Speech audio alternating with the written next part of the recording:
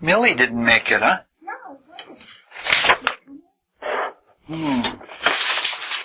You never know who to wait for.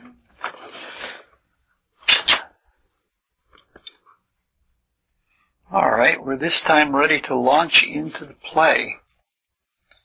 Having had all of the 3 introductions last time. The Winter's Tale, it opens up very quickly, and it develops much more quickly than a lot of plays. In the first scene of the first act, Archidamus of Bohemia and Camillo of Sicily are having pleasant conversation. They're both lordly people, so the conversation is somewhat lordly. And they introduce the backdrop for the play. The entire setting is given in just a handful of speeches, and that's what the whole first scene is about. They discuss the deep love between Polixenes, who is the king of Bohemia, and he has been the 9-month guest of Leontes, the king of Sicily. And they're discussing not only the long-term love, because the 2 kings were boyhood friends, but they're discussing the wonderful hospitality. And Shakespeare does some very lovely things in this part. Even though the conversation is very pleasant, there are a lot of little undercurrents that indicate not only the impending storm, but undercurrents that always take place between followers. There is always a rivalry and a competition between underlings because they're not completely independent and they're really not mature in their self-being. When we're incomplete and when we're perfect, we often look to others that are above us, to fulfill us in ways that we feel insecure or inadequate. It happens with little children. Little boys actually do say, "My dad can lick your dad." That sort of goes on. It happens with adults.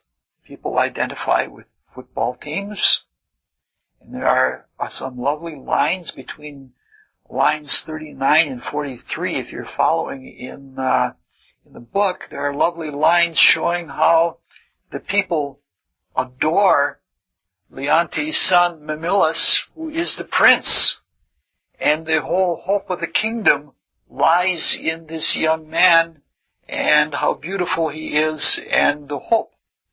And to some extent, this identification with royals still exists in England. Not only Diana, all of the royals. In fact, there's now, I guess, a big battle between the 2 sons' wives about who is going to take the place of Diana in the hearts of the people. That sort of thing is happening. If we're sufficiently individuated and we're strong in ourselves, we disdain this kind of behavior. And whether we disdain it or not, it is valid behavior. It is true that we cannot allow somebody to be something for us, but others can inspire us. It is what is behind role models. If we can identify with something long enough, and if it is strong enough, we can use it to benefit. And if we take it to the highest sense, it is a principle that is applied in mysticism. In mysticism of all types, there is the insurmountable problem of getting beyond self, getting beyond ego. We tend to get wrapped up in ourself And to self-consciously get beyond self is a contradiction in terms. You can't do that.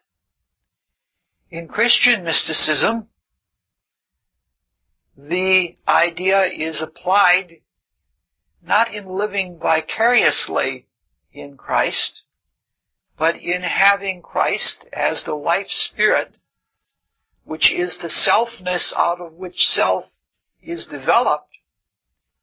If we surrender to that, and if we give ourselves over to that, and in that live for the other, the divine other that encompasses everything, that's the only way we can really, in a healthful way, get beyond ego.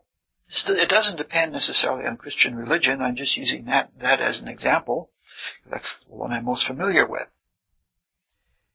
With that kind of inward transcendence of selfhood to a universal outlook that contains within it all of the separate individuations or materializations, one arrives at an absolute objectivity that cannot be attained any other way. In this plane, when we look at things and we measure them, either spatially or we measure the color or the vibratory rate or whatever we're doing, we can come to a kind of objectivity. But an objectivity that is made up of all of the specific or separate objectivities is only available when we transcend the unique viewpoint of any self. This is why in mysticism it is said that only when one gets beyond self that one can begin to get to complete objectivity. To some extent, as we said last time, a playwright approaches that. A playwright has to get beyond self in be able to make all little selves without favoritism. And perhaps that kind of experience or that kind of outlook is what was behind Shakespeare. If all drama can be like a psychodrama or like an initiatory drama, by living through it we can become something more than what we were before, if it does that for the participant, it must certainly do that for the playwright. And one would think that if one got deep enough into developing character and getting at the truth that is even more fleeting and evanescent than poetic imagery, one would come to that kind of experience. In our play, did Hari get out the door? No, I don't think so. You see it? Okay. In our play, the rivalry is very subtle. It's a very backdoor type of rivalry, and it's got all this diplomatic hyperbole in it. And Archidamus says, well, when you come to visit us, we're going to have to drug you so that you don't realize that our hospitality is not of the quality that your hospitality has been. And sort of the whole first scene, in some respects, has the quality of unholier than thou in its way of looking at things. However, even beyond the normal rivalry, which we'll see in a lot of Shakespeare plays, one does sense a subtlety of something more, a greater tension. And so, when we get to scene 2, which is about as far as we're going to get tonight, that when we get to scene 2, the trouble is disclosed very, very quickly. Polixenes, in a very grand speech, the boyhood friend of Leontes, announces that he has been visiting for 9 months now, and he feels that he has been treated sumptuously, for which he is very, very grateful. But now he has business and he has love for his family, and that all calls him home. And he says, besides, I've probably worn out my welcome anyway. He was speaking in, again, a lordly kind of hyperbole, but little did he know how true he was in that part of the statement. Leontes attempts to persuade him to remain even for a week. But in all of the back and forths between Leontes and Polixenes, he's unsuccessful. It's interesting to look in this early part of scene 2 how all of the speeches of Leontes are terse. And the language in them is not the royal language that Polixenes is using. And if you look at Polixenes' language, it's very grand. And from this, even there already, one senses that maybe Leontes is not so sure about what he's asking for. But at any rate, he proves to be unsuccessful. And he then admonishes his queen, Hermione. He said, you do what I can't do. Apply yourself and see whether you can get him to stay. And she does this with gusto. And she's pretty clever. She uses all kinds of rhetorical devices. And finally, after about 2 or 3 rhetorical devices, she traps him by using an impossible question. The impossible question was even in the cartoon section, the political cartoon section today of the paper. The classic, hi Millie. The classic impossible question is, have you stopped beating your wife? If you answer it yes, then it means you're admitting that you had been beating your wife. And if you answer it no, it means that you're still beating her yet. And in line 55, she says, will you stay as my prisoner or as my guest? Saying you have no choice. She doesn't give him a third option. She has very skillfully gotten him into that corner. He agrees. And at that point, she tries to set him at ease immediately. There's no use to continue to have the pressure on. So what does she do? She talks about when Polixenes and Leontes were boys. And they start talking about what the two of them were like, how they were almost like twins, and that their love for each other was so great. At this point, Leontes re-enters the conversation. But he re-enters in a very strange way, in a way as if he had been abstracted or distracted or in a trance or something like that, because he has to ask, were you successful? Meaning to say he wasn't attentive to what was going on. And Hermione says to him, yes, I have prevailed, and he will stay for a while. And he says to her, all right, you've spoken well for the second time in your life. And she asks, what was the other time that I spoke well? Sort of put out a little bit that I've only spoken well twice in my life. And he says the other time was when she accepted his proposal after he had been pleading for 3 months during courtship. At this point,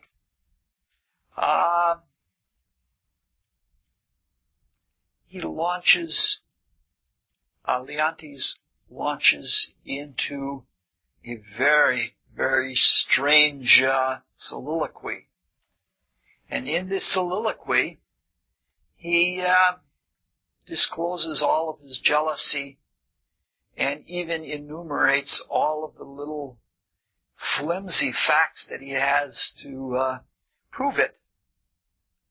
And after what seems like a very interminably long time when you're trying to read it, because it's very hard to read, he comes out of his soliloquy by engaging his son Mamillus And he uses extremely complicated language with all sorts of pictorial allusions.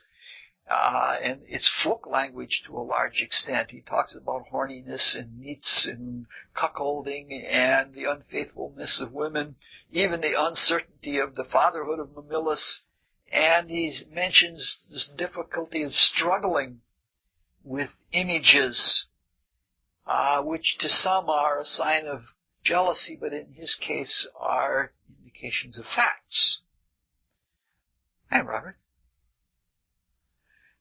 Nobody understands anything he said, even if you sat there and read it about 3 or 4 times with commentary that explains everything that is said. And but they do mention to him that he looks a little unsettled. Leontes, recognizing he may be in trouble, distracts their attention again by speaking of and speaking to his son Mamilus. And it is again a really complex speech, and it's got all kinds of jealous allusions, and it ends with a minor challenge to Mamilus. And Leontes tries to catch himself, and he engages Polixenes in a conversation about his own son and his love for him. And he ends by saying he'd like to go for a walk with Mamilus, and he says, Hermione, why don't you entertain Polixenes? She agrees and says that they will be in the garden whenever he should want them. Then Leontes enters into another complex jealousy soliloquy. And he goes into it, and he comes out again focused on Mamilus. Mamilus seems to be the touchstone, the one thing that Leontes can come out of his almost insane jealousy that is expressed in soliloquy. And Mamilus gets a gist of what the soliloquy is about, because it's not quite directed to him, but he picks it up, but he says, I do look like you. And at this point, Leontes very abruptly decides he doesn't want to walk with Mamilus, and he calls for Camillo, and he sends Mamilus off. You may have noticed by now that I haven't quoted a single line from the centralmost character, Leontes. And the reason for that is chicken. Those of you who tried to pre-read the play probably had a very difficult time. A Winter's Tale is probably the most difficult to read of all of the Shakespeare plays. Not because its thought is hard, and not because the subject is deep and difficult, but because the language, especially the language of Leontes, is exceedingly complex. There are several reasons and several arguments for this. A Winter's Tale is one of the latest or one of the last of the Shakespeare plays, and by then Shakespeare was at full linguistic power, and he had a vocabulary, it's estimated, of over 200,000 words, and over the years he probably cultivated an audience that could appreciate that kind of vocabulary and that kind of structure that, you hear some of the lines of Shakespeare, and you say, I've never heard words put together in that way, but it does open up a lot of things for you. But in general, that is kind of a weak argument. It would make Shakespeare something like a linguistic show-off or something like that. It may in part be there, but I don't think that's it. Another argument that is often put forth is because Leontes is a king, and the host king, in a ticklish situation, he had to be portrayed in royal language which was much more grand and had many more subtler tenses or sentence structure. But that also is a weak argument. It's got holes in it because we have seen already in the little bit that we've looked at it that he reverts to folk language. He reverts to everyday things. Not many kings, when they're speaking their royal tongue, talk about horniness.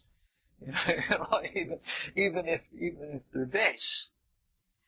The primary reason that kind of language had to be used it was because it accurately portrays the character of Leontes.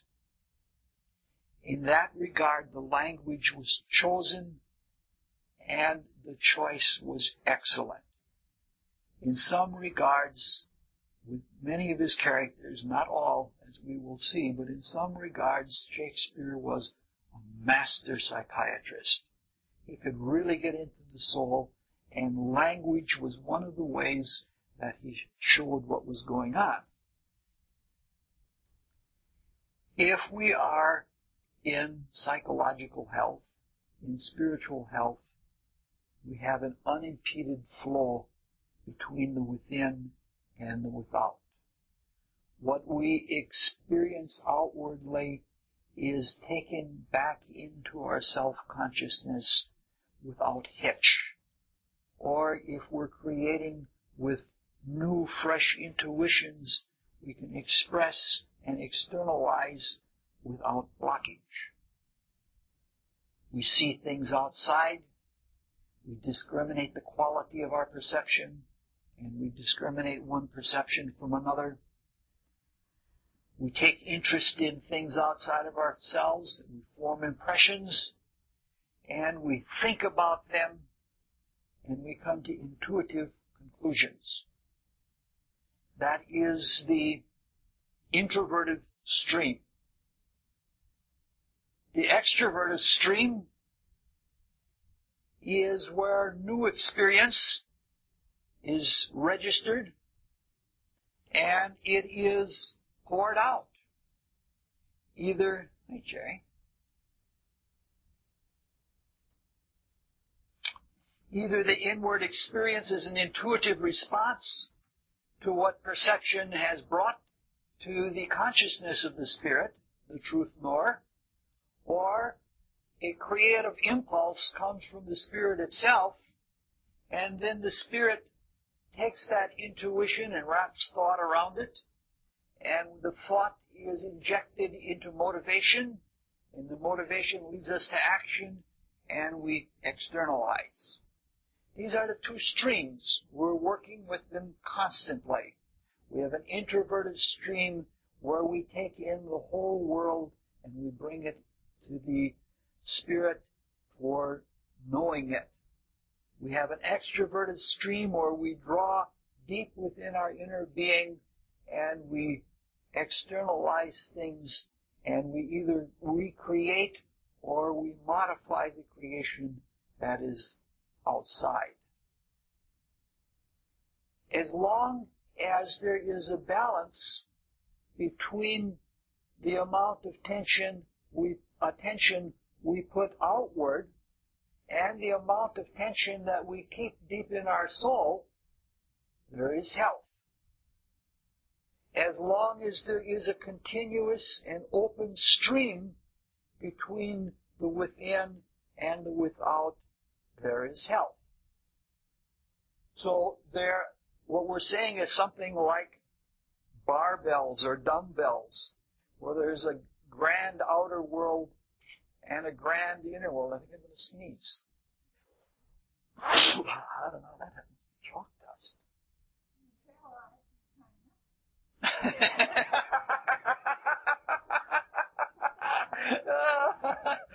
That's one of those classes where I get all my aces trumped.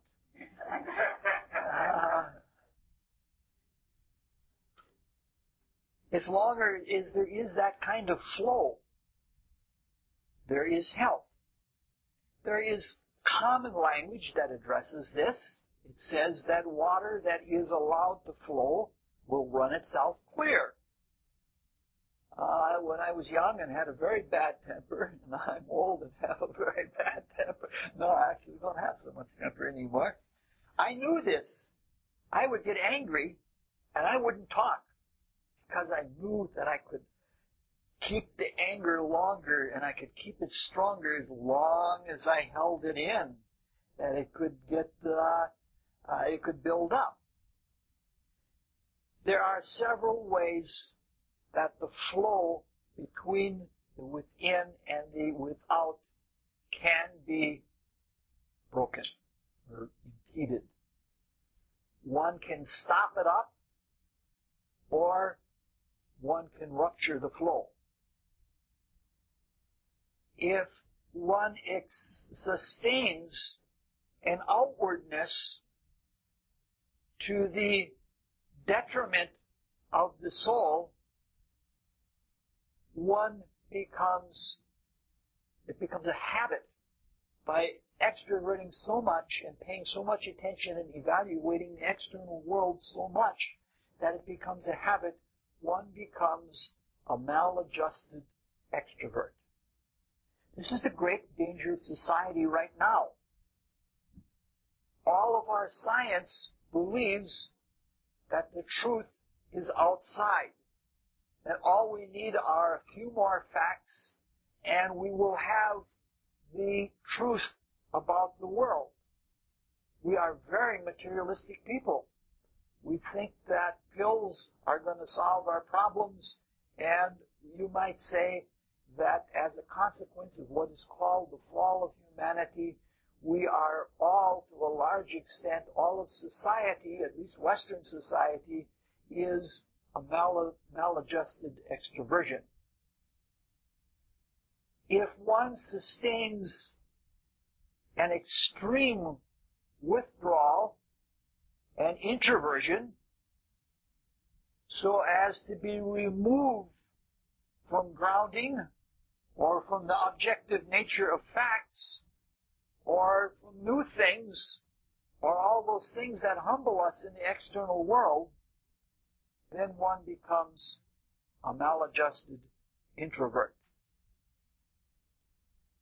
If the imbalance or the maladjustment is severe enough, one can actually rupture the connection between the within and the without.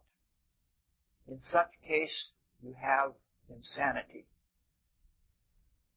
It's like we say in folk language, I couldn't get through to that person. Some people actually have a broken connection, such that the personality that is running around outside does not have a complete connection with the direction of the spirit from within.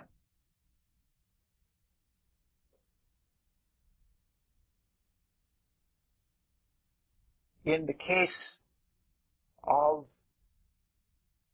maladjusted introversion, where it is prolonged and favored, the flow of what might be called psychic energy or libido or sex energy, whatever you want to call it, the flow of what keeps our whole spirit manifesting itself, if that is held inward and there is no action outwardly, it becomes like still water.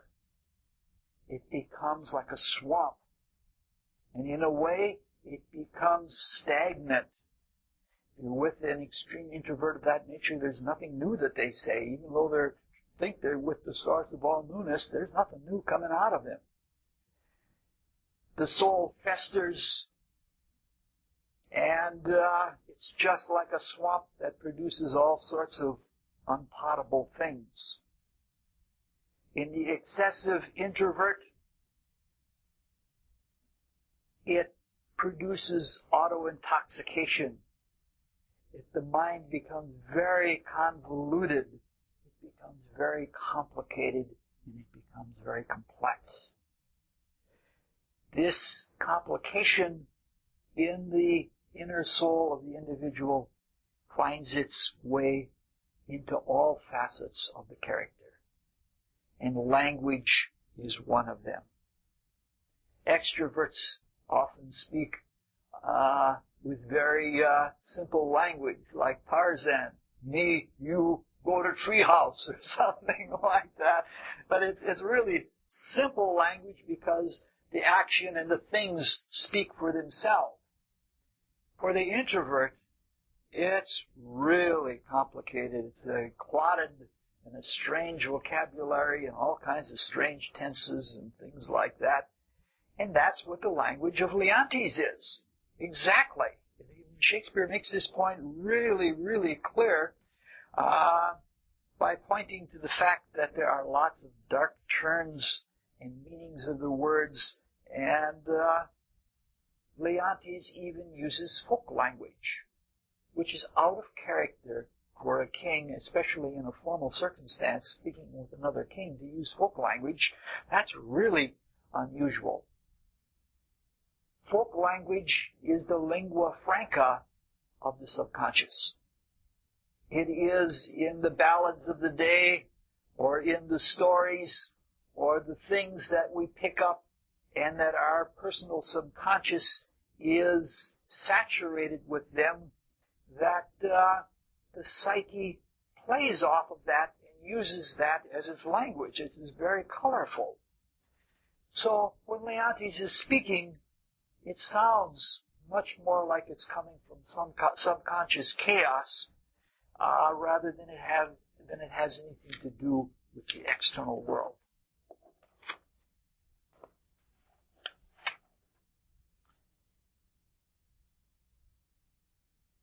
In a healthy psychology, the imaginative faculty is occupied with forming accurate impressions from perceptions in the external world.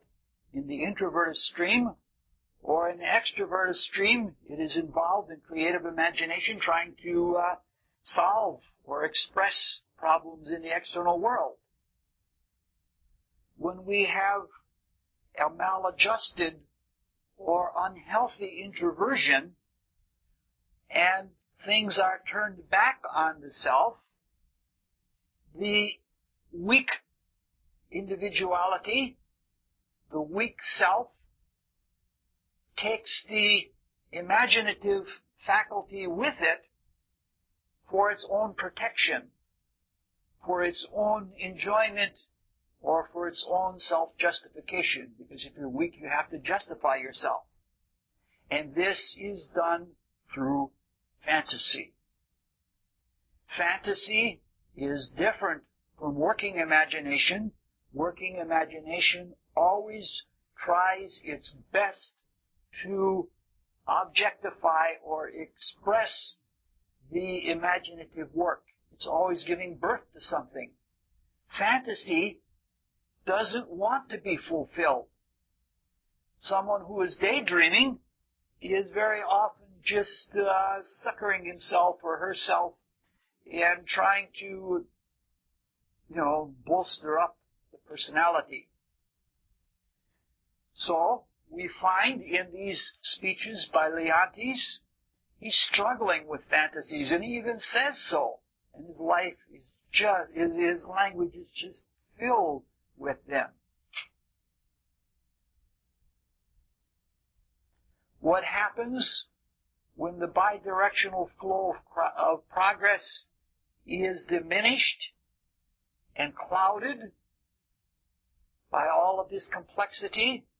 The internal and external, instead of being complements to each other, or instead of being two sides of reality that converse with each other and grow through each other, they become reflections of each other. And so you have an inner universe that is a reflection of the outer universe. There still is a correspondence between the two, but that is very much, the outer world hasn't changed, but the inner world, in the case of introversion, is now so clouded and so obscured that what it sees within is not like, or is not what is without means, that which is without means. So, there is the within is where we come to understand things intuitively. The self is the truth knower. It is the thinker. But when it's turned back on itself, what it's even reflectively picking up, or the few things that do come in into it, are given much more meaning than they really are worth. You know, like people have language, people that are that internalized are meaning laden. They try to impress you with heavy words when they speak to you, and it becomes unbearable. And it's sort of, they're living in their own inner world. The outer world is the proving ground. It's where we search for new experience and where we test our inward creativity to see whether it works. So when there is reflective understanding instead of communicative understanding, fantasy supplants controlled perception. And so you have pseudo-facts, the kind that Leontes is banding around, the way they touch each other's fingers and like that. It's when you read something into things because your fantasy is saying seeing just what you want to see.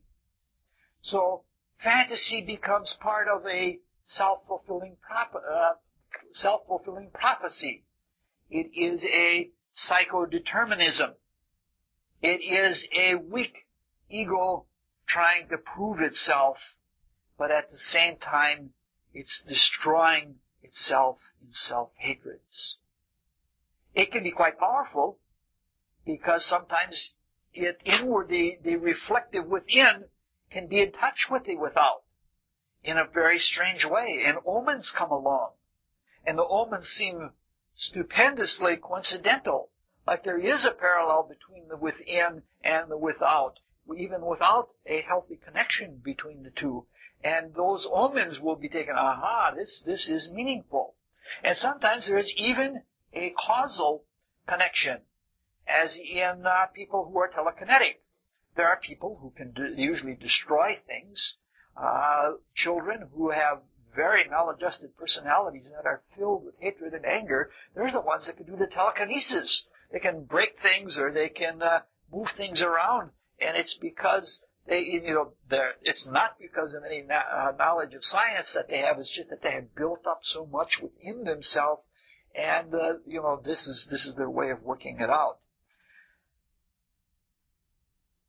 Shakespeare goes even beyond language when he's trying to demonstrate the severity of Leontes' condition.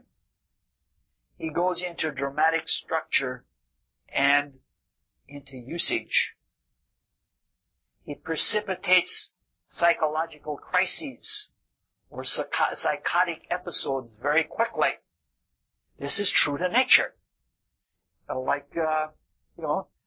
A psychological condition, like a pathological introversion, can be building inside of you and sapping away the strength and the integrity of your character for a long, long time, and then suddenly it becomes critical, and it, boom, just like in the play, out of nowhere, Leontes is acting psychotically. In the news lately, we see a lot of this. People that are somewhat strange and troubled, and all at once they snap. The conditions are strong enough, and it's, like, boom, everything goes down. Shakespeare also uses dramatic usage in another way.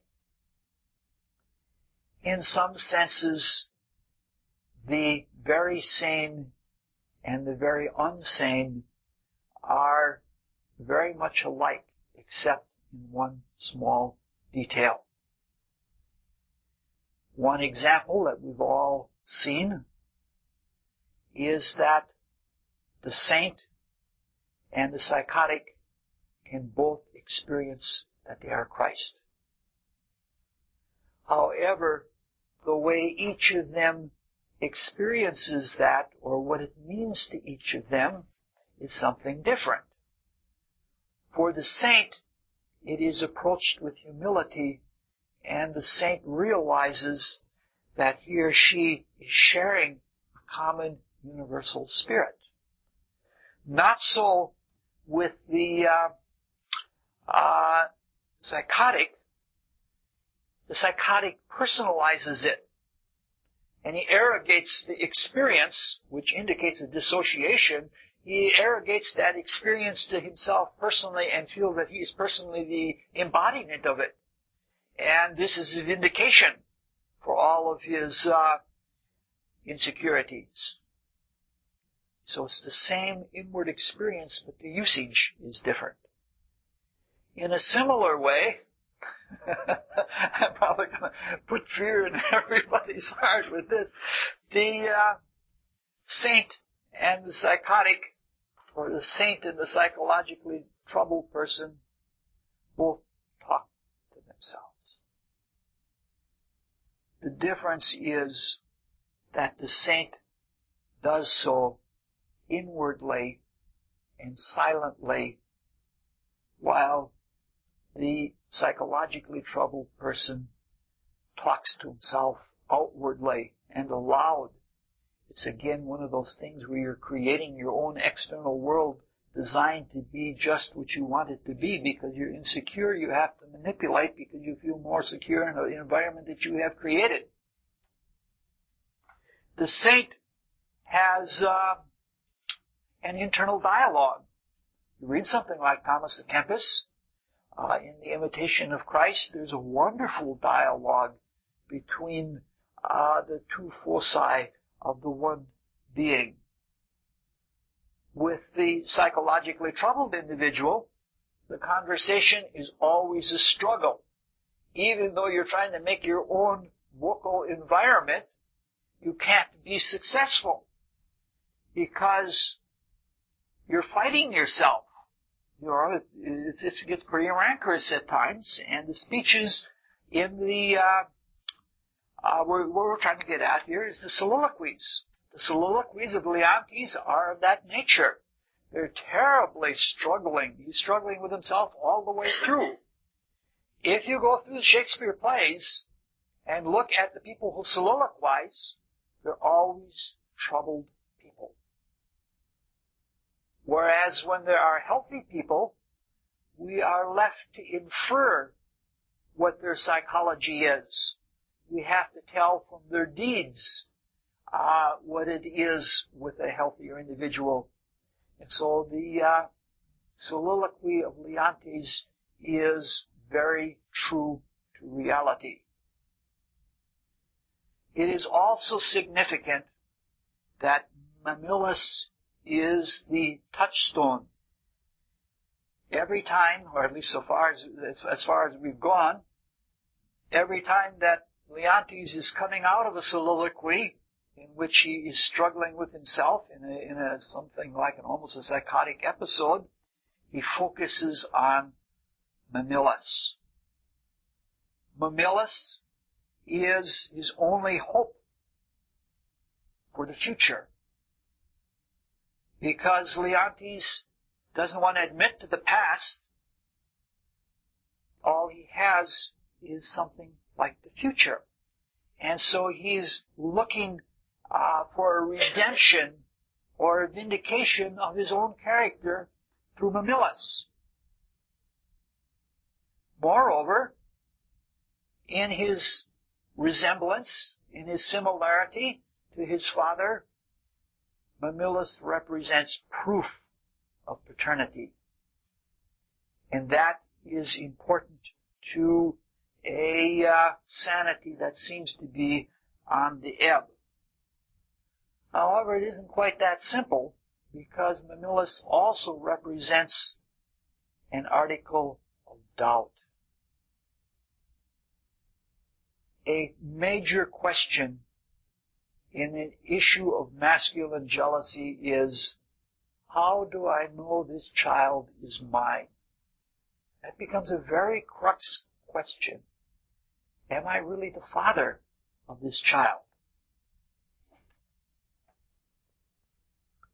It becomes an important question because it is a necessary qualification for freeing oneself from jealousy. Because if my interaction with my wife is healthy and if she is trustable, this is proof of it. You see, when you're that much introverted, you're having to prove things which if you just looked out, like in the normal course of events, if you just looked out, the proofs would demonstrate themselves all along. But this crux issue, it all rests on the kid. And fathering a child is not like making an object out of modeling clay. If you father a child, you're not in complete control of the process. And that, if one is insecure, is a very frightful thing. One would like to be in control all the way through. This is the lesson that the last century has brought to humanity. Previously, a craftsman would take something from the very beginning and carry it all the way through and would make an object in about 75 minutes. In an assembly line, one cannot carry the production all the way from the beginning to the end. One does one's little part and trusts that everybody else does their part. And in that way, we're living more and more and more in a world of trust. All society is leading us back into inner world consciousness. It used to be that everything was done by barter. And then we had money. Now money is on the way out, and all we have are electronic worth. And it's something invisible. If one is materialistic and external, sometimes that can get one in a lot of trouble. If one doesn't have their values based in trust, then one might say, well, it's only electronic money. You can run up more and more and more bills. So one has to love and trust one's partner. And that means coming out of oneself. One has to trust the fidelity, and one has to trust the whole process. If somebody is self-doubting, even if the child looks almost like a carbon copy of the father, that still isn't enough. In our times, you might think that this kind of jealousy would be all over, because there's DNA evidence. And that DNA evidence should put all of this away. But it isn't a matter of evidence.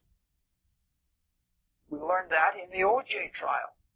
There was very solid evidence with one chance in billions that the blood was not O.J.'s blood. But nonetheless, the trial was decided not on evidence, but on internal resentments or feelings of some kind internally. I don't know whether he was guilty or not, but that's the way the trial went.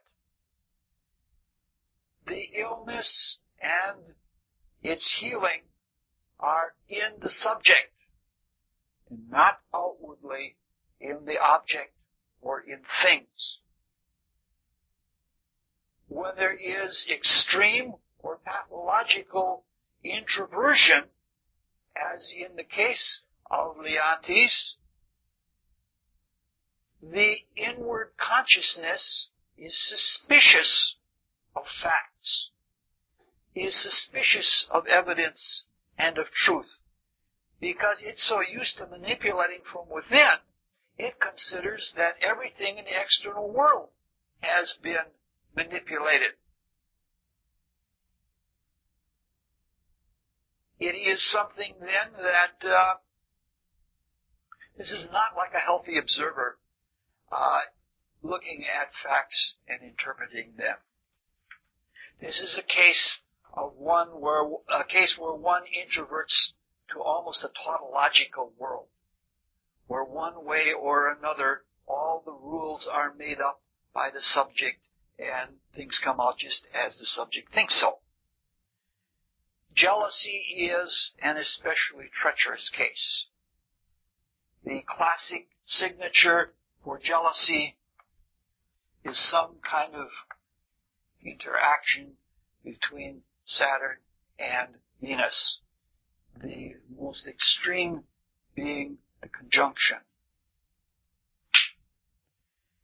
Venus represents our current quality and ability to love. Venus shows its nature in the signs that it is in its dignity, in Taurus and in Libra. When it is in Taurus, it must have something to love. When it is in Libra, it must have someone to love. Love has to have an object. The entire cosmos in which we participate is an object. It is a very complex object.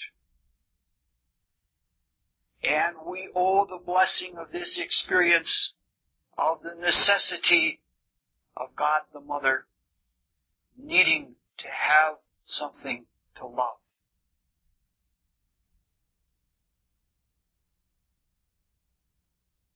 If for no other reason, if we have insecurity, if for no other reason our existence is worth something in providing the divine something to love.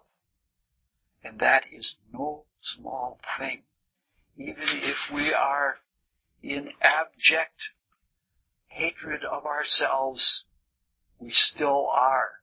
And because we are, there is something there to love. At our stage of evolution, Saturn represents selfishness and the resultant insecurity, hatred, and blindness, and all the things that go with selfishness. In selfishness, the attention is abrogated from objects, and it is redirected to the subject. Sometimes even the object itself is arrogated to the subject. This is mine. Let me take it to myself. Even if it is an object of love, as in vanity. So there is a good deal in the Saturn side of jealousy, of vanity that is behind it. In this sense, jealousy and Saturn and Venus represent the extremes, the opposites of each other. Love will sacrifice itself to no end for something outside. And selfishness will go to no end of sacrificing others to itself. A few years ago, when I used to have the University of Air on public radio, they had various series of lectures, and they had a philosopher of emotionality give a series of talks, and the whole series of talks was on the extremity of the emotional spectrum.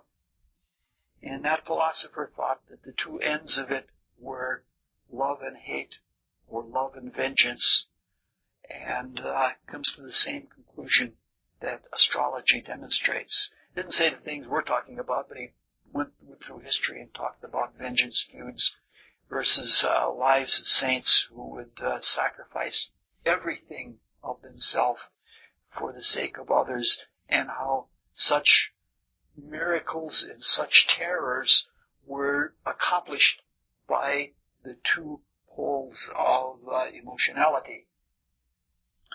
So, when love is detached through selfishness or insecurity or something like that, it is deprived of spending itself in creative imagination on the object.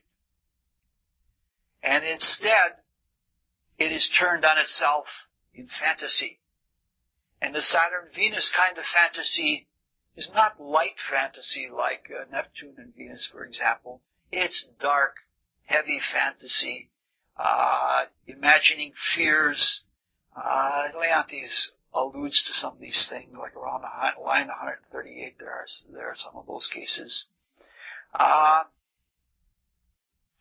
One thing while we're talking about this, I think it's important to mention that not everybody who has Saturn and Venus afflictions is going to become a monster or a psychopath of jealousy. There are other ways that it can be worked out, and I don't want to terrify everybody to think that this is what's going to happen to them.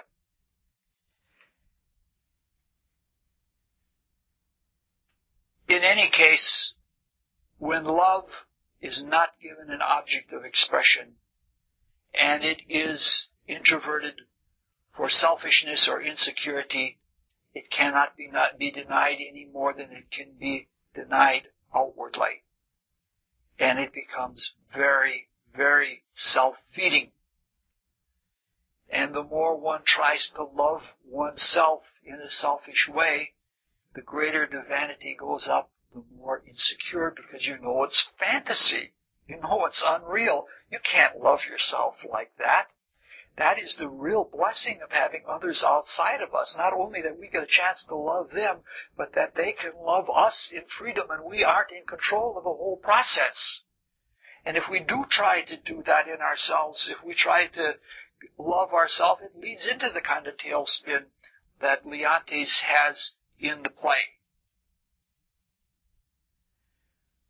The really difficult question about all of this, that I don't know that I have a satisfactory answer, is how does this all come about in the first place?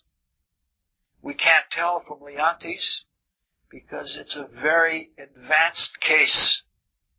It's a case of something that's been developing subterraneously for a long time. You have to sap away a lot before you enter into that kind of psychotic introversion. It's something that happens simply. It happens in little things. I think it is at work in a minor way in all of us.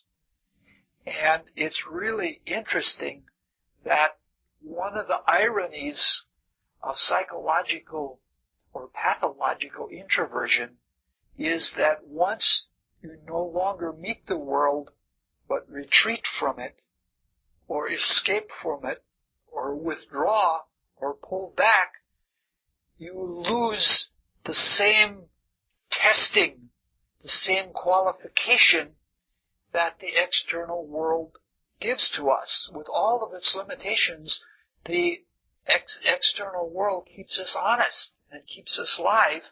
And even though we're turning inward toward the soul, toward the psyche where the truth knower is, when we lose touch with externality, the inwardness loses its ability to even judge that it is distorting facts, that it is distorting reality.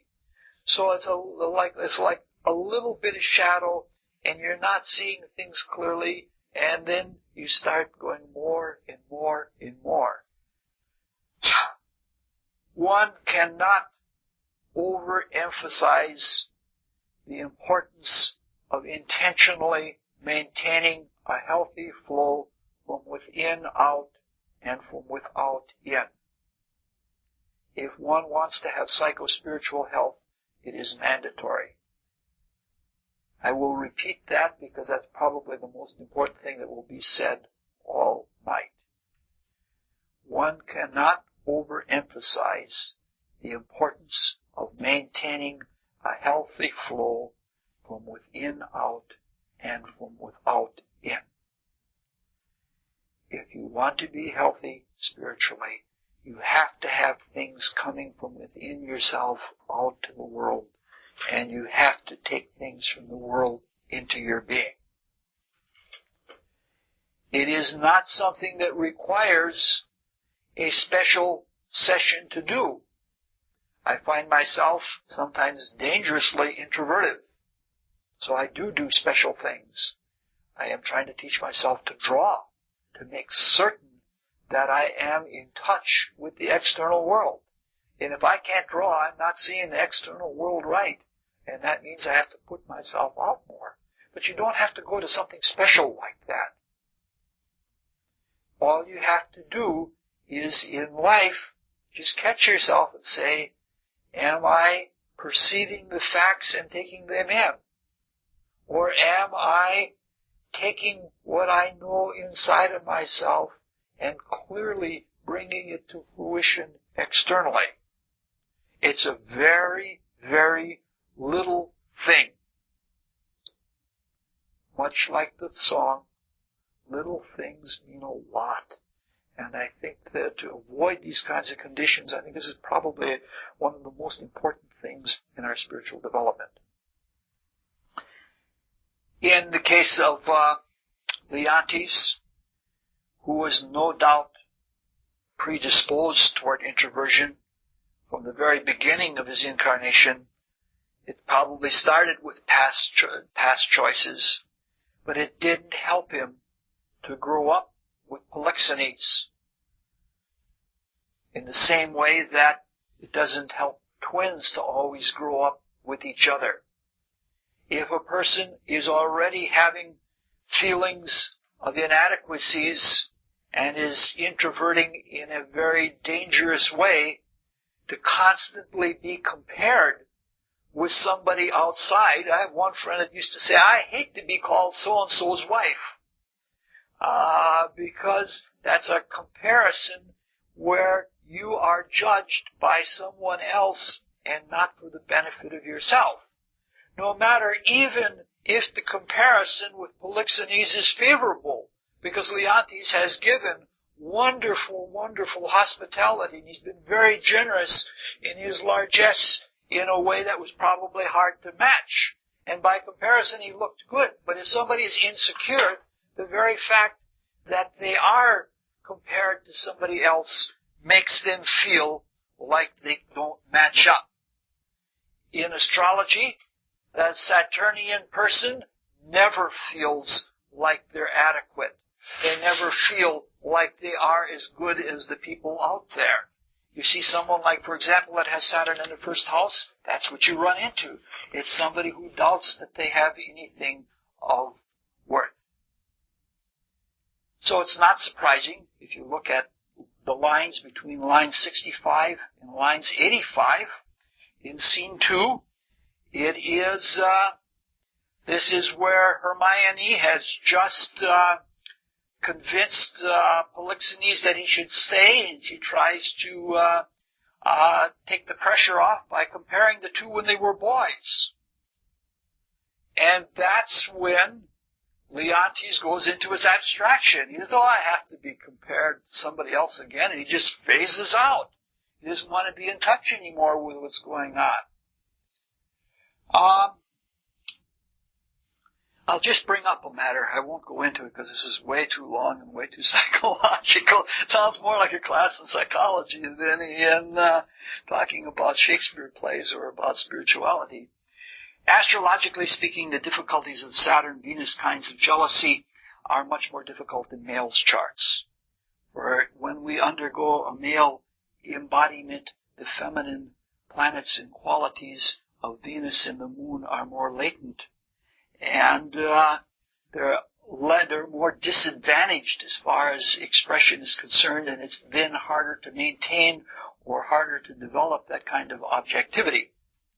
And if we look at that relative to the psychology of a woman's chart, there is a kind of reflective asymmetry in psychological development that would be very juicy to go into, but I decided not to in this case. It would just been too much.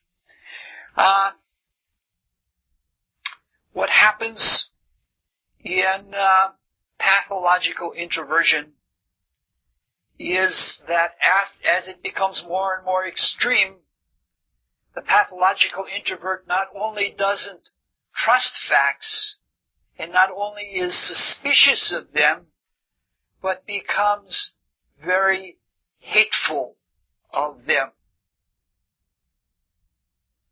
And if you're insecure, and if you think the problem isn't in the subject, but in the object, the tendency is, let me destroy that thing and the problem will be solved. Let me crush this package of cigarettes and I'll never have to worry about my dependence on smoking again. Let me crush this Hershey bar with my teeth. Or let me crush my enemy, Polixenes. So that's exactly what happens. After the 2 episodes of tuning out into soliloquy and psychotic consciousness, we find that Leontes is alone with Camillo. Camillo, on the other hand, is a totally different case. Probably in the entire play, and maybe in many plays, Camillo is one of the most balanced inner-outer people that you're going to want to see. He has a healthy respect for facts, and he has a good inward judgment about what they mean. So in the whole conversation that ensues between Camillo and Leontes, that takes place between lines 212 and 318, there's a very clear contrast between pathological introversion and a balanced psychology, between fact and the internal appreciation of fact, and between fantasy and projections of meanings that are not true meanings. If you just compare the language of the two, one being so straight and simple, and the other being so complicated and dark. But at any rate, what happens is Leontes tries to draw Camillo into his sick suspicions, and Camillo resists at every step of the way, and he does it with sensible arguments, meaning to say that his faculty of persuasion and his reason is tied together with his senses. They are sensible. However, because he's psychologically healthy, doesn't mean that he doesn't have trials. I guess God figures if somebody's healthy, why not give him some real trials to grow and work with? So what happens is Leontes asks Camillo to poison Polixenes. And seeing who he has to deal with, Camillo agrees, because he's not in a position to disagree. Not only that, Leontes wants a slow-working poison, which is just like what you'd expect in a Saturn-Venus type of character. If there was some more Mars in the character, like let's do this person in violently, but this is so introverted, I don't even want to see the results of what I have done. Poison him so he dies when he's away from me. And then Leontes leaves, and for the very few lines around line 252, where Camillo is alone by himself, it's really beautiful to show what a healthy character is like, because what happens is when Camillo is alone, he doesn't think about saving his own skin. He's thinking about the other people. What can I do to help them? I don't want innocent people to be killed. This shows he has that healthy kind of outwardness where he actually does care about something beyond himself. So the trials that Camillo has are not psychological trials. They are much more moral and social trials. One of those is one that is very prevalent in the world right now. Must one obey a bad order? Clearly, if Camillo wants to stay in Sicily, where he has power and everyone he loves, he has to do so. And there's really a temptation in it, and this is a temptation where a servant is in a better place than the ruler. because he can obey a bad order, and he can turn around and say, he made me do it. Or the classic, I was only following orders. So he's covered if he wants to. This is the sort of thing that came up, in the trials right now, the war crimes trials for the atrocities in Bosnia. You'll hear time and time again, I did not make the decision, I was only carrying out orders. Camillo sees things clearly. He is psychologically clear, and he has no trouble coming to a conclusion. It is only when the two foci of our character are pulling away from each other that we have the time of indecision. If one is all outward as an extrovert, a pathological extrovert, or if one is all inward, including the pathological inward, it is easy to make a decision. But those aren't always the best decisions. The best decisions occur when we have the balance, when we are total and whole people, when we have kept the flow, the psychic flow between the within and out open, and when we value what is without and when we value with what is within, then we can come to excellent decisions. So when Polixenes comes along a few minutes later, he tells Camillo, I just saw Leontes, and it looked like he was unhappy with me in some way or another, and he didn't look good at all. Camillo has no trouble. Not only has he made up his mind of the right thing to do, and the most expedient as well as the most moral, he's been a servant to a king for a long time, and he knows how to communicate with people of power. And using looking at the lines when Camillo is speaking with Polixenes, it's really very skillful. He uses sometimes, like in line 387, he puts out a normal sentence and then puts one word in there that has the curiosity of Polixenes. He says, caught. Like, how can I catch this madness? And then when he asks the question, then Camillo leads him on a little further. He's very, very skillfully moved, very gradually moved. If Camillo had been preemptive, or if Camillo had just blurted out, spilled the beans, Polixenes would have panicked.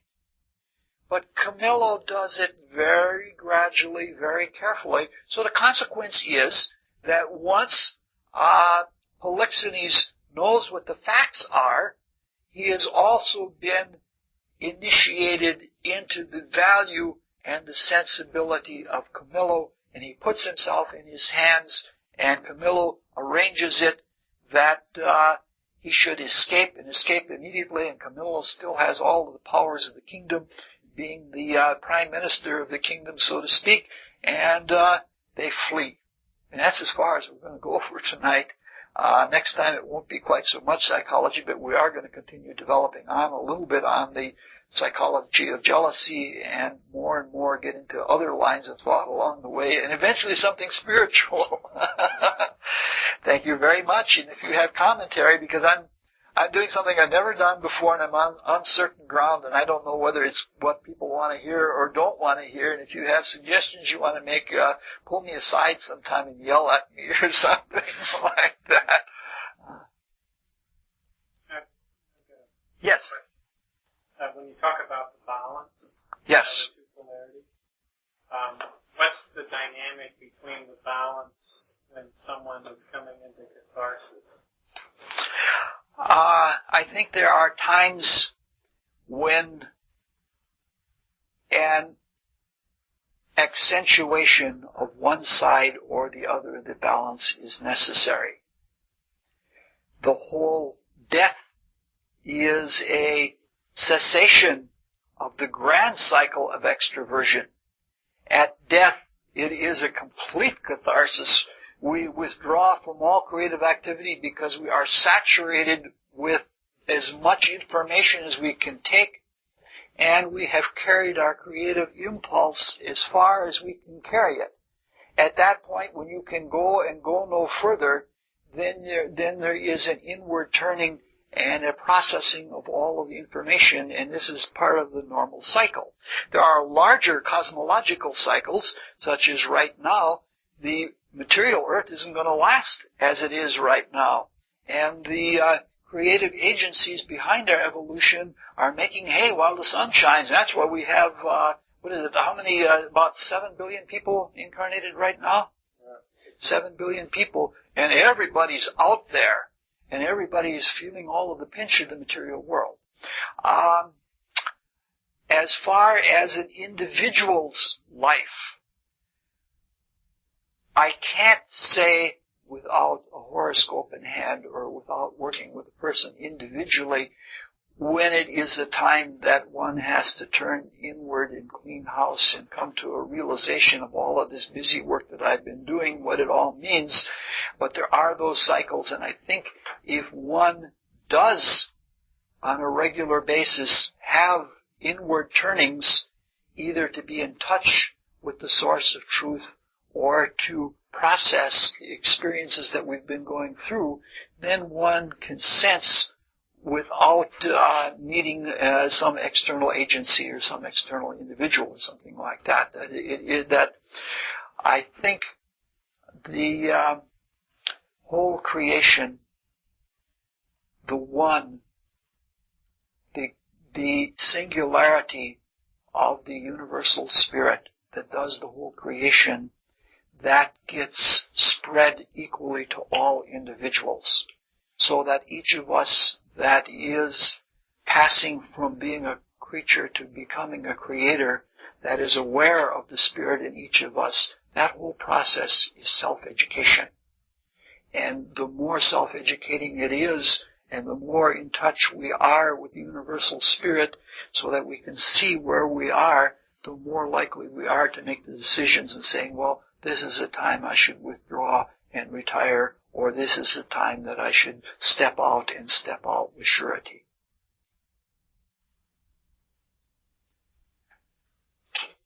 Thank you very much. Yes, there